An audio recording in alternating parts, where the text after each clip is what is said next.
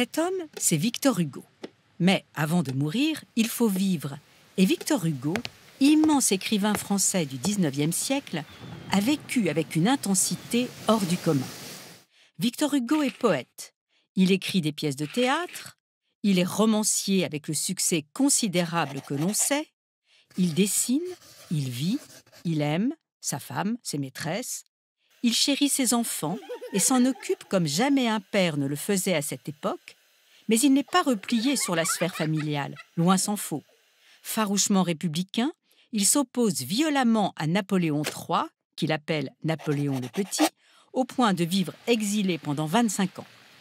Redevenu député puis sénateur après la chute de ce dernier, il met son immense notoriété au service de son engagement politique et de sa lutte pour la démocratie.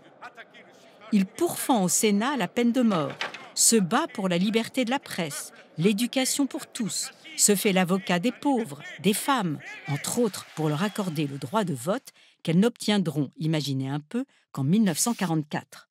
Il défend la cause des prostituées, se bat pour l'amnistie des milliers de partisans emprisonnés ou bannis suite à la Commune de Paris, cette grande insurrection de 1871.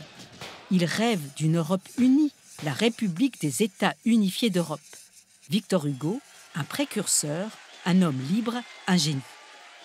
Ce sont cette empathie, cette humanité qui imprègnent profondément son œuvre entière qui l'ont rendu si populaire, notamment à travers des romans comme Les Misérables ou Notre-Dame de Paris, pour n'en citer que les plus emblématiques. Il faut donc imaginer ce que représente Victor Hugo en cette fin du XIXe siècle pour les Français. Le vieil homme est un peu le sage, le père de la nation, le grand-père de la République. Il est adulé, et notamment par les classes laborieuses. Déjà, le 27 février 1881, alors qu'il entre dans sa 80e année, 600 000 personnes ont défilé sous ses fenêtres et la partie de l'avenue des Lots dans laquelle il habite a été rebaptisée, de son vivant donc, avenue Victor Hugo. Aussi, quand, le 18 mai 1885, la famille de Victor Hugo officialise que le grand homme a été pris d'une congestion pulmonaire, c'est le pays tout entier qui est pris de congestion. La France vit au rythme du pouls et des bulletins de santé de l'écrivain. Tout ce que Paris compte comme personnalité se presse pour lui rendre hommage. Non seulement les politiques, mais aussi les scientifiques, les artistes, les écrivains, les comédiens, tandis que les journalistes et la foule des anonymes font le siège de son domicile. Jusqu'au dernier moment, l'Église, en perte de vitesse en cette fin du XIXe siècle, aura tenté de récupérer le grand homme en proposant de l'assister dans ses derniers moments. Mais le barrage des proches est sans appel. Dans son testament, Victor Hugo, chantre de la laïcité, avait certes notifié croire en Dieu, mais refusé les sacrements de l'Église. Enfin, le 22 mai 1885, à 13h27, le cœur de Victor Hugo cesse de battre. Aussitôt, les journaux répandent la nouvelle à travers tout le pays. L'Église réclame immédiatement une cérémonie grandiose, mais non, à son grand dam, le gouvernement déclare des funérailles nationales, mais il n'y aura pas de cérémonie religieuse.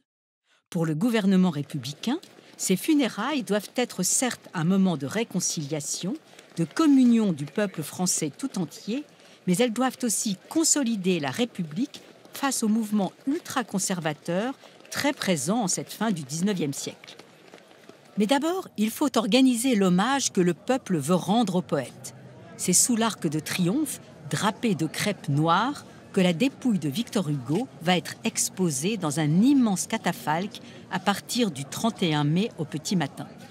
Des centaines de milliers de personnes affluent de toutes parts. Beaucoup ne parviendront jamais jusqu'au cénotaphe, toutes les avenues étant bloquées par la foule ou les gardes républicains qui tentent tant bien que mal de maintenir l'ordre. Oui, maintenir l'ordre, c'est bien le problème, car tandis que les gardes républicains, munis de torches, encerclent l'Arc de Triomphe et en interdisent l'approche à l'arrivée de la nuit, la foule entend bien veiller son héros à sa façon, en faisant la fête. Dans ces beaux quartiers pris d'assaut par le peuple, on vend des colifichets, des portraits de Victor Hugo, on danse toute la nuit, on boit, on rit et plus encore, les filles de joie mènent le bal. Une hilarité scandaleuse, s'exclame le journal conservateur Le Figaro. Des outrages abominables, hurle le journal catholique La Croix. Mais nous voilà au matin du 1er juin, au jour des funérailles. C'est au Panthéon que Victor Hugo va être inhumé. En effet, dès l'annonce de sa mort, le conseil municipal de Paris saute sur l'occasion. Voilà plus d'un siècle que le sort de l'église Sainte-Geneviève est l'objet de conflits permanents entre l'église et l'État. Arraché à l'église durant la Révolution française pour en faire la sépulture des grands hommes de la nation, revenu à l'église au sein du XIXe siècle, le conseil municipal de Paris tient sa revanche. Qui pourra s'opposer à ce que cette église devienne enfin le Panthéon digne de Victor Hugo? C'est une nouvelle défaite pour l'église. C'est donc vers le Panthéon que va s'acheminer le cortège funéraire. Alors, on l'a dit, ces funérailles doivent jouer un rôle fédérateur pour la nation. Mais point trop n'en faut.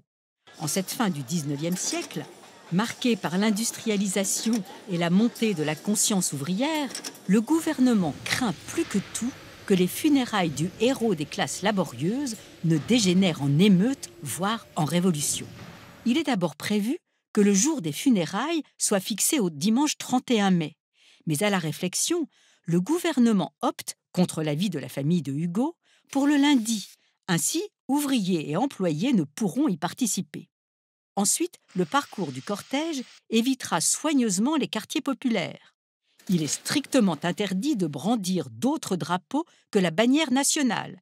Il s'agit en fait d'interdire les drapeaux rouges des révolutionnaires et les drapeaux noirs des anarchistes. Le matin du 1er juin, la marche funèbre de Chopin retentit, précédant de longs discours prononcés sur la place de l'Étoile. 21 coups de canon sont tirés depuis les Invalides. C'est le départ du cortège. Autant le catafalque est imposant et somptueux, autant le corbillard est modeste. Victor Hugo a expressément demandé que son corbillard soit celui des pauvres.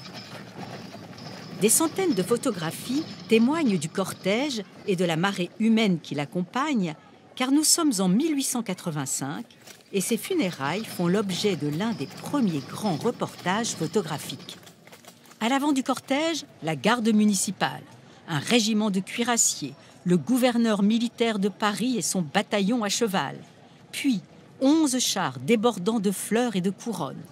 Vient alors le corbillard, des délégations de poètes, de la presse, des sociétés artistiques, la famille, les amis, et derrière, des milliers de personnes réparties en une vingtaine de groupes dûment encadrés.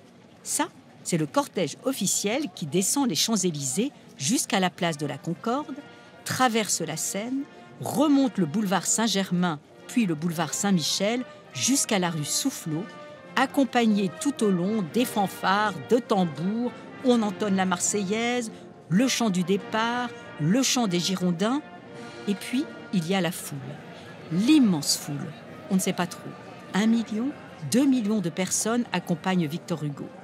À l'époque, Paris compte à peu près 1 million d'habitants. Les Français ont donc accouru de toutes parts. Tout le long du parcours, les gens sont agglutinés, ils sont partout, sur les réverbères, sur des escabeaux, grimpés aux arbres, sur les kiosques. Les particuliers font des affaires, les places aux fenêtres se louent cher, celles au balcon vont jusqu'à se louer 150 francs, une somme énorme.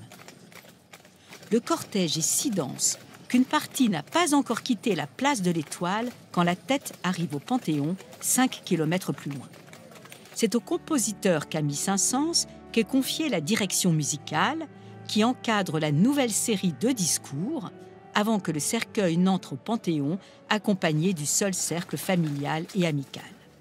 La façade et les marches du Panthéon resteront des jours durant quasiment masquées par les couronnes et les gerbes de fleurs envoyées par tous les groupes de la société française et du monde entier.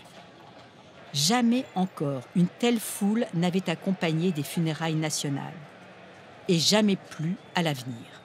Et si quelques voix dissidentes de la droite ultra-catholique et d'une partie de l'extrême gauche auront osé critiquer qui la fête païenne, qui la récupération politique, la cérémonie républicaine se sera déroulée dans la ferveur populaire et sans émeute. Vous êtes étonné par l'ampleur de cette ferveur populaire? C'est que peut-être vous n'avez pas encore lu Les Misérables. Lisez, vous comprendrez.